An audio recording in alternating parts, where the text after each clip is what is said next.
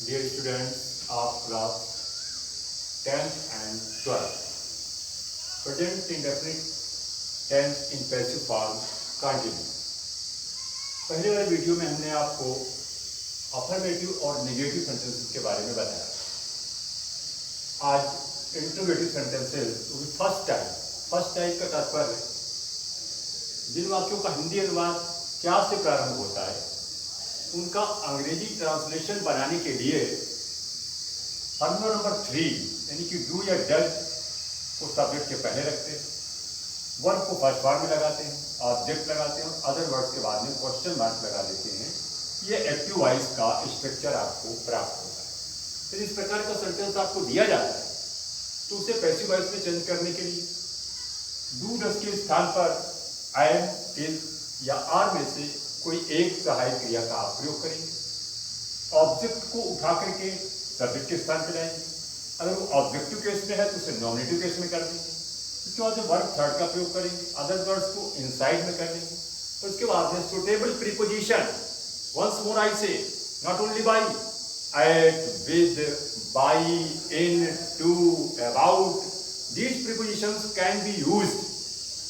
Preposition use के बाद में आपको सब्जेक्ट को पैसिव फॉर्म में ले जाए और ये आपका पैसिव वॉइस बन जाए। एग्जाम्पल देखिए, clarification with example formula number 3 का आप क्लैरिफिकेशन कर रहे हैं कि do they decorate this room on 5 September.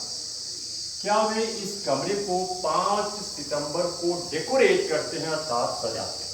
Now see, they is the subject and this room is the object. तो replace exchange of subject and object.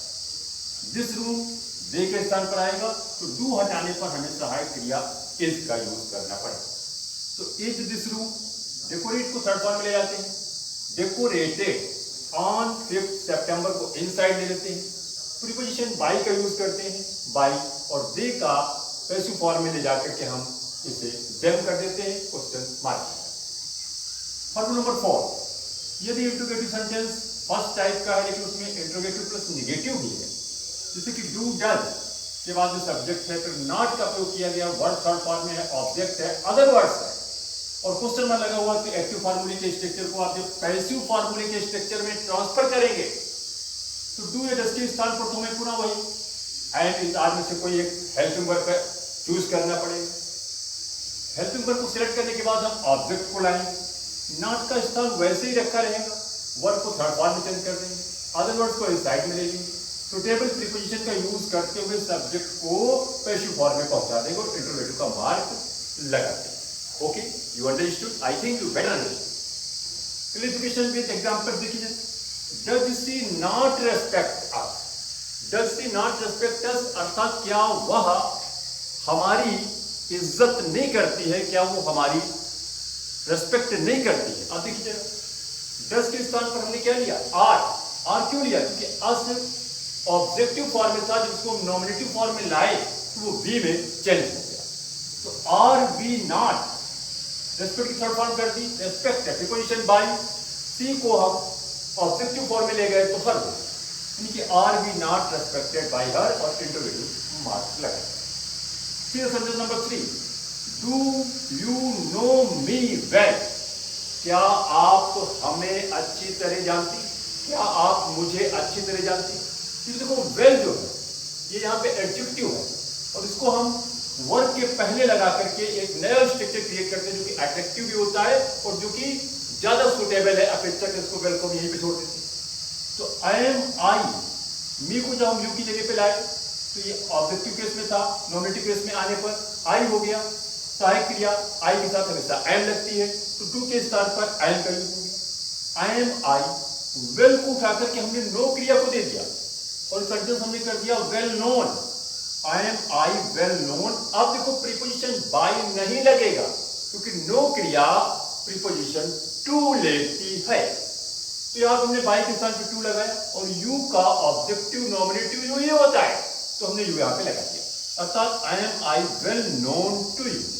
क्या आप मुझे अच्छी तरह जानते हैं, अर्थात क्या मैं आपसे सुपरिचित हूं, अच्छी तरह से परिचित हूं। तो पहले क्रिया आपने नो देखी जिसने कि बाई नहीं लिया बल्कि टू लिया। कम progress To the next sentence. Sentence number 4 में देखिए, does he oblige us? Does he oblige us? us को जो हम लाएंगे he के स्थान पर, तो ये नॉमिनेटिव केस में आएगा, we में बदल जाएगा, हेल्पिंग वर्ब are हो जाएगी, oblige का थर्ड फॉर्म obliged हो जाएगा, प्रीपोजिशन by नहीं लगेगा बल्कि to लगेगा, क्योंकि नो क्रिया और oblige क्रिया ये अपने बाद में प्रीपोजिशन by नहीं लेती है बल्कि टू लेती है। सिर्फ यही दो क्रियाएं हैं जो टू लेती हैं। Understood? I think you better understood. Are we oblige to है, ही का ऑब्जेक्टिव फॉर्म हुआ और interrogative marker. See the sentence number 5 now. Does this box contain some books? क्या इस बक्से में कुछ किताबें समा जाती हैं? अब याद रखिए हमारा ऑब्जेक्ट जो है वो सम बुक्स है। दिस बॉक्स के स्थान पर जब सम बुक्स को हम एक्सचेंज करके लाएंगे तो सहायक क्रिया आर सम बुक्स, कंटेंट की थर्ड फॉर्म कंटेंट हो जाएगी। अब कंटेंट क्रिया बाई नहीं लेती बल्कि ये इन लेती है, इसलिए आप देखो बाई के स्थान पर प्रीपोजिशन इन लगाया गया है, in this box. Next sentence number 6। Does music interest you? क्या संगीत तुम्हें मजा देता है? क्या संगीत तुम्हें रुचिकर लगता है?